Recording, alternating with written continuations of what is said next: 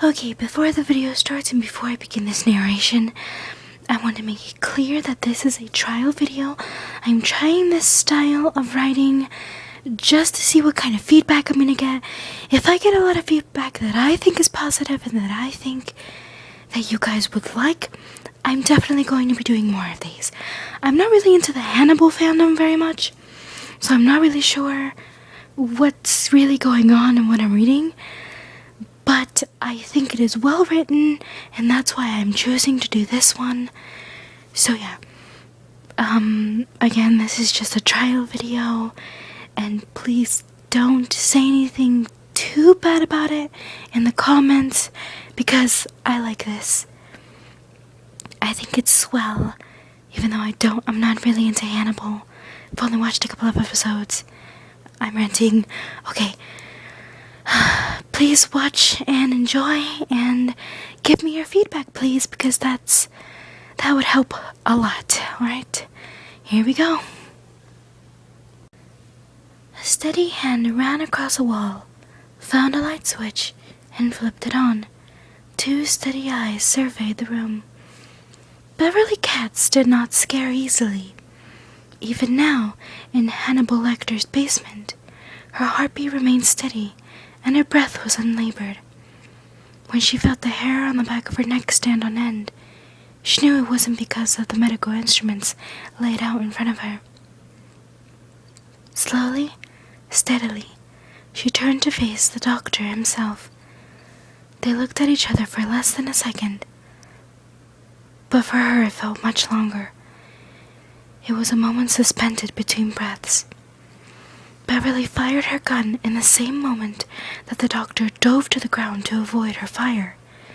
She was a good shot, but he was fast. 2 bullets missed him, a third grazed his neck, but did not slow him down. The 4th would have hit him between the eyes had he not thrown a large piece of metal pipe at her face. Startled, she moved her arms to block the pipe before her fingers squeezed down on the trigger. In the second the gun wasn't on him, Dr. Lecter was on her.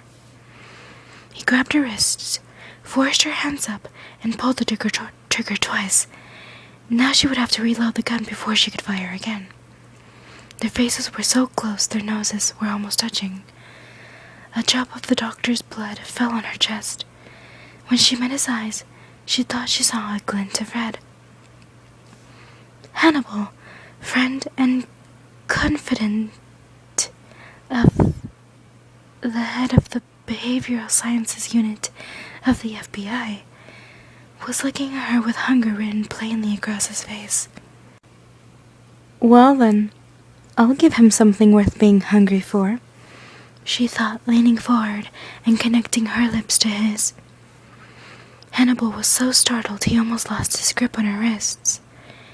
Instead, he pushed her hard against the nearest wall and deepened the kiss. The gun fell from her hands. She wasn't scared.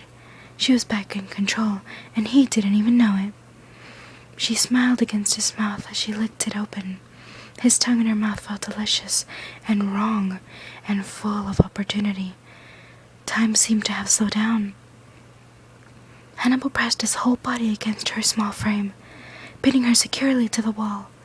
He was bending down to meet her, and she could feel every inch of him, his wide shoulders and slightly rounded belly pressing against her torso, his sleekly muscular thigh pushing between her legs, his erection thick and hard against her stomach. She could feel his power and wanted to devour it. She rubbed against his leg and felt a twinge of pleasure race up her spine.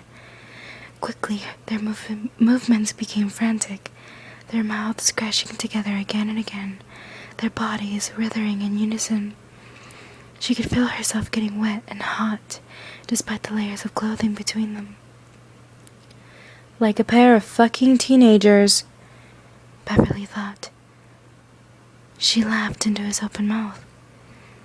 As if to make sure she wasn't getting too comfortable, Hannibal let go of her wrists, effortlessly lifted her, and slammed her down on a medical table. Her back against the solid surface, Hannibal Lecter between her thighs, Beverly Cat smiled the smile of a predator closing in on its prey. Hannibal practically growled, eyes fixed on Beverly's face. He tore open the zipper of her pants and pulled them, her underwear, her shoes, and her socks off in one fluid motion. She had to admit, that was impressive. Had a lot of practice undressing people, have you? Her voice was steady. I undressed Casey Boyle. He purred into her ear. She moaned as his fingers trailed lightly between her thighs before pressing gently against her clit. She reached out to unbutton his pants, but his free hand came up and captured her wrists above her head once again. His fingers pressed harder and gained speed. I did not undress her for the same purpose for which I have undressed you. It was simply a matter of practicality. I wanted to show our William that the Shrike's crime lacked a sexual component, and it's easier to cut open a person's chest when they aren't clothed. Two of Hannibal's long, thick fingers slipped easily into her wet cavern. She gasped. I gave her a muscle relaxant, so I could work on her while she was awake without too much struggling. I laid her out on this table, the one you're sitting in right now. He was fucking into her with 3 fingers now. She wished he would hurry up. She was eager to find out what it would feel like to consume such a man. She'd barely acknowledged her own impatience when his fingers slipped out of her. He knew that she was impatient, and so he took his time. Carefully, casually, he unbuttoned his jacket and let it fall open. He left the button on his pants, slit down his zipper, and pulled out his hard number. He was still almost entirely dressed. Beverly felt a thrill of excitement. He was trying to maintain control. How cute. Slowly sliding his hand along his own considerable length, he continued to whisper in her ear.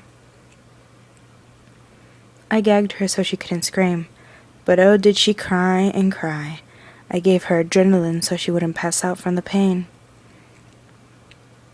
On the word pain, he slammed into her, and she screamed. His member was thick and solid, and so deep inside her that she didn't know where she ended and he began.